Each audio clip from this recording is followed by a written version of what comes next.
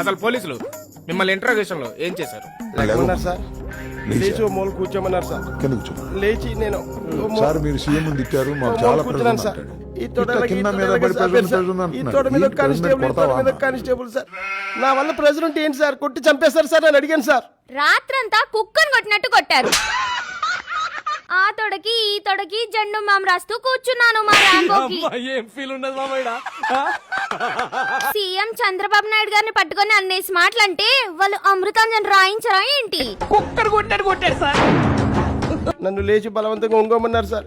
నేను ఒంగోలేను సార్, నడు నిప్పన్నాను సార్. అబ్బా, అయినా సరే నన్ను బలవంతంగా లేపి ఒంగోబెట్టారు సార్. ఒక ఎర్రకార ముద్ద, ఒక పచ్చకార ముద్ద లాటికి పెట్టి ఎక్కడ పెట్టుంటారు నాకు తెలుసండి, నాకు తెలుసు. మంట మంట అంటుంటే రాత్రంతా వెన్న రాస్తూ కూర్చున్నాను మా ర్యాంబోకి.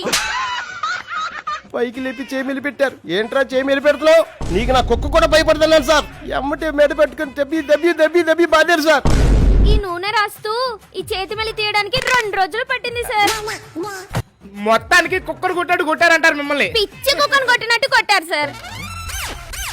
దా రాంబో మనం వెళ్దాం.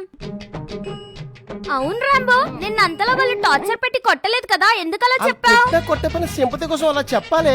సింపతి ఏమో గానీ ఆంధ్ర ప్రజలు పగలబడి నవ్వుకుంటున్నారు రాంబో. శంకర్ సినిమాకి ఏ రేమని వాయించినట్టు కొట్టుడు పాడించుడు కొట్టుడు పాడించుడు